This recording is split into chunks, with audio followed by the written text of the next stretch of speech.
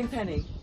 Hi, Louise. We're going to do a little interview, you and me, because obviously I know you fairly well, and Planetary Penny, but I get the gist that there's a lot of people that might not know who Planetary Penny is and what makes her tick. Okay. So let's do a few questions for you. Okay. Yes. Right. Far away. Yes. So first of all, Penny, the astrology. Ah. Yes. Planetary Penny, how long have you been doing it? Gosh. Well, I think I first became interested in astrology in my 20s, and that's an awfully long time ago. Too long ago to really want to own up to, but a long time. And I did a few courses. I luckily, or maybe synchronistically, met a few people who came into my life who were very good astrologers, and I became fascinated by the whole subject. The reason I found it so difficult, though, I have to admit, in the early days is because it was before we had computers, or at least computer programs that can work out all the calculations for a chart, which I'm not good at maths, and you need to be quite a mathematician to cast an astrological natal chart by hand. I've seen your yellow pages of yes, from way back in the, I think, 80s. I had those, that folder I've got. Yes. Yeah, and it was laborious but hugely rewarding. And the fact is, what I've discovered with astrology over the years is that it is so accurate. And it's not so much about foretelling the future as foretelling or being able to work with the energies that the planets are conveying to us through a passage of time. We've had a very difficult year, as I think we all know, and astrologers have known that this was going to be a very tough year for a very long time, because not only did Uranus move into the sign of Taurus last year, and Uranus actually rules Aquarius, and it brings lots of unexpected developments. Well, Taurus, of course, is about money and finance and the money markets. So, of course, what happened? We've had this pandemic, and what's very interesting is a lot of people have said, well, if astrologers are so clever, why didn't they foretell the pandemic? Well, the thing is, we're damned if we do and we're damned if we don't. There was an asteroid around with the Saturn-Pluto conjunction in Capricorn called Makemake. And Makemake actually indicates pandemics. But can you imagine if 1 to 2 years ago astrologers had said there's going to be this terrible plague in 2020 and the money markets and the world economy will collapse? Would have been a laughing stock, so you can't say it. No. So there's a lot about hindsight with astrology. Yeah. But really, and you won't shut me up, I mean, I can No, carry no, on. I know. Yes. But I came back into astrology probably when I first moved to Gozo 16 years ago, because I met a very good friend who used to be a professional astrologer, my lovely friend Jo Sales, and I'm sure she won't mind me mentioning her because I did learn a huge amount from her. And she brought me into the 21st century with all these wonderful apps and astrological programs that can help you actually work out what's going on. So she sort of told me what apps to get, and it was great. And so we used to sit and pore over our iPads together. Over many years we did this. And then I also had a reading with my astrology teacher and mentor, Alison Chester Lambert. And she, I decided to have lessons, full-time lessons with her. And that was probably one of the best things I could have done, because Alison also trained by an incredibly brilliant astrologer called Liz Green. And Liz Green was a psychoanalytical psychotherapist and an astrologer. And so she connected astrology with the archetypes of psychoanalysis. Mm-hmm. And for me, with my background in psychotherapy, this was a lovely wedding, if you like, mm-hmm. of my two favourite ways of looking at how one can help people grow. Yeah. Well, the thing is, now you said psychotherapist and psychotherapy, you are a psychotherapist. Yes, I am. How long and what did it entail? Because I thought you were a life coach. Ah, okay. The modern terminology, which sort of covers a multitude of sins. No, I trained in psychoanalytic psychotherapy, when I was about 28, so again, an awfully long time ago. And that was a 5-year course with a place called the Association for Group and Individual Psychotherapy. And it fascinated me. I went into it basically because I wanted to understand myself better. Most therapists, you find, become therapists because they've initially been struggling with their own demons. And so their own personal journey through therapy, which you have to do, that's mandatory when you're training as a therapist, is just invaluable. So then, having done my training, I worked as a psychotherapist for, let me think, it was about 25 years in the UK before I moved to Gozo. Oh, wow, okay. And for part of that time, I was attached to a psychiatric unit at Orpington Hospital under a psychiatrist and on the ward rounds, and that I learned a huge amount then about the sort of more serious side of mental health and how to cope with that. And psychotherapy can be extremely enabling, used in the right ways. Now, what brought me to using the terminology life coach is because I did do a life coaching course years ago. It was probably about the same time that I did my BACP accreditation, which is the British Association for Counselling and Psychotherapy. Now, when I came to Gozo, it seemed to me that it would be, I would try to work as I called myself a counsellor at that time, because psychotherapy,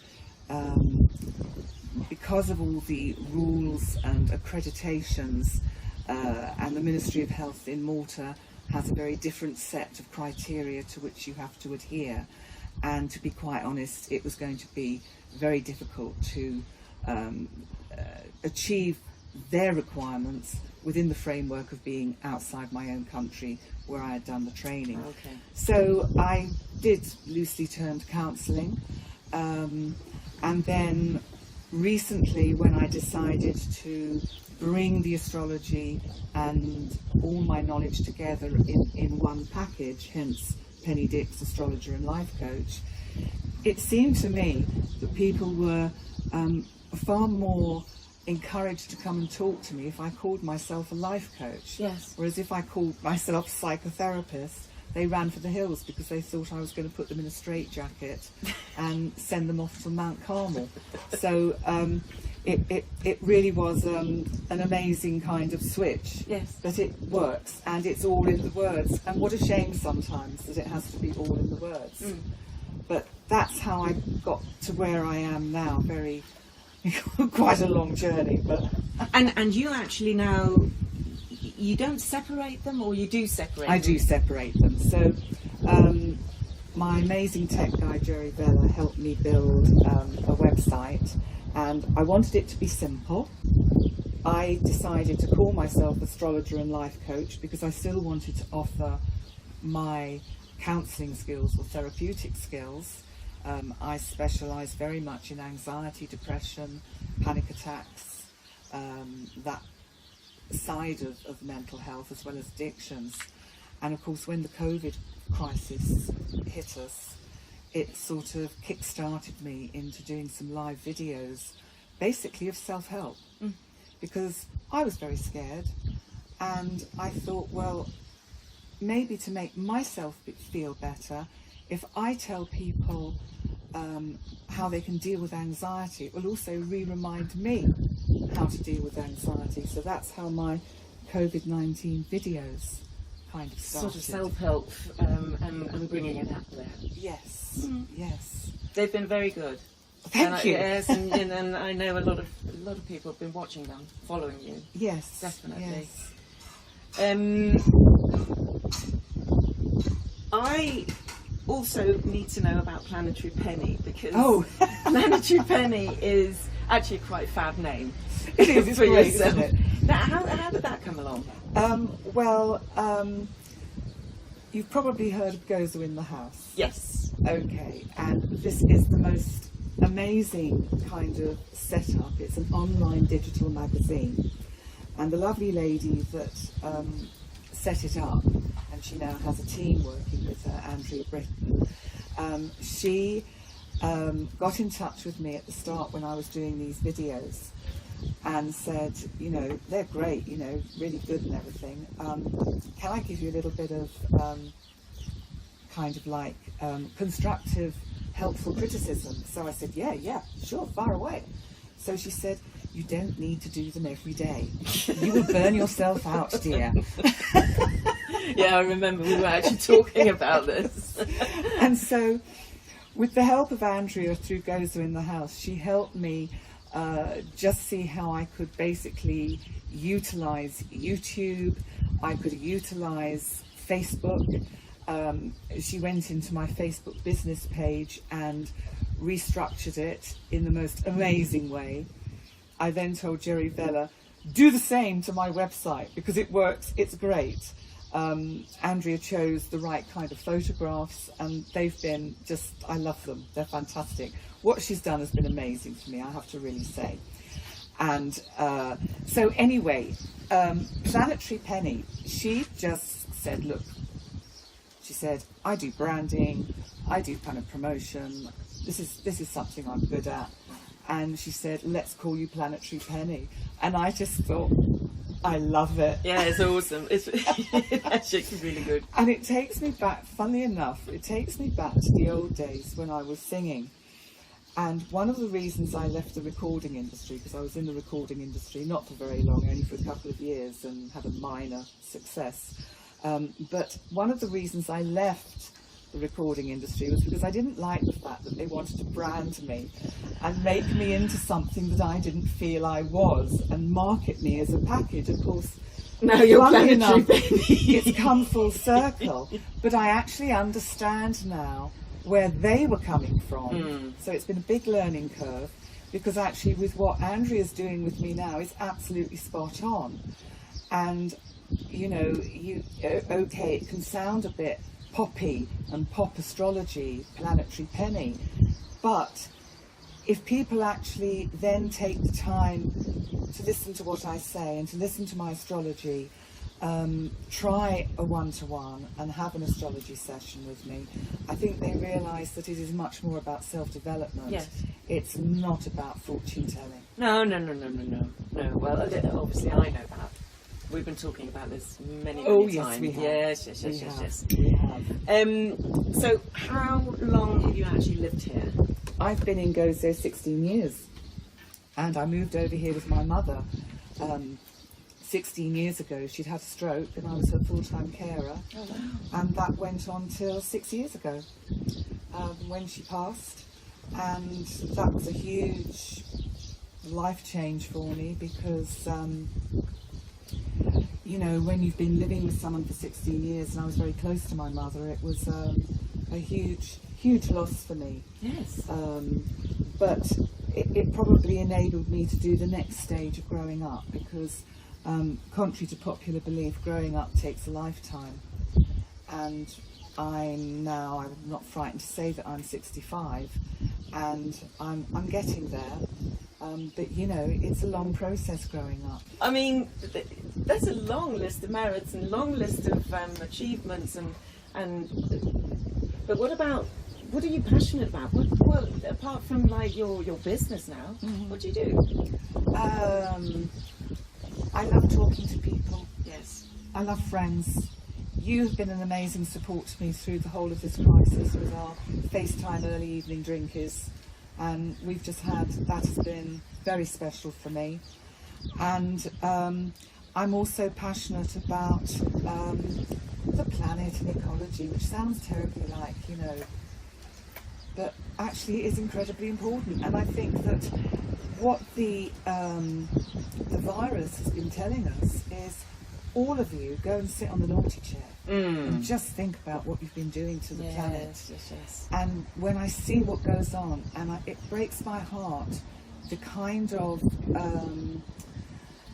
political backstabbing and criticisms of governments, because everyone's just learning and trying to do their best. No, very true, very true. But I'm just still so very passionate about singing and astrology. And one thing that really made me laugh is that your hats and your cats and your little closet sci-fi thing. Oh, okay.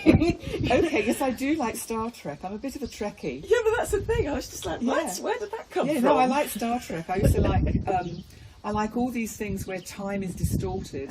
I was a great fan of Roswell High, which is all about these, you know, kids that actually came on the spaceship that crashed at Roswell. And I'm now watching the next series, and it's just really cool. I like it. I think it's super cool. All right, so Planetary Penny, what's in store for us the next 12 months? Whoa, well, yeah. I know you prepared something. Knowing you might ask me this question, I did actually draw up a chart. So bearing in mind it's not quite January 2021, but this is for midnight on the 1st of January 2021. And the ascendant for the next year is Libra, which gives me hope, because Libra is about justice, it's about balance, it's also about, to a certain extent, putting things in order. And there's a lot of what I call the heavy-weighted big boys in the lower hemisphere of the chart, still in Capricorn, because we've still got Pluto, we will have the Sun, of course, in January in Capricorn, and Mercury, they're all in Capricorn. And they're in the fourth house of home. So I just think there's still going to be a lot of more attention paid to us having to limit how much we travel, to, because Saturn will be in Aquarius with Jupiter, and Saturn in Aquarius is very much about distance. You said it was an isolation, which is a bit concerning, but we know that there are the possibilities that we will have a second wave. Yeah. Let's hope we don't.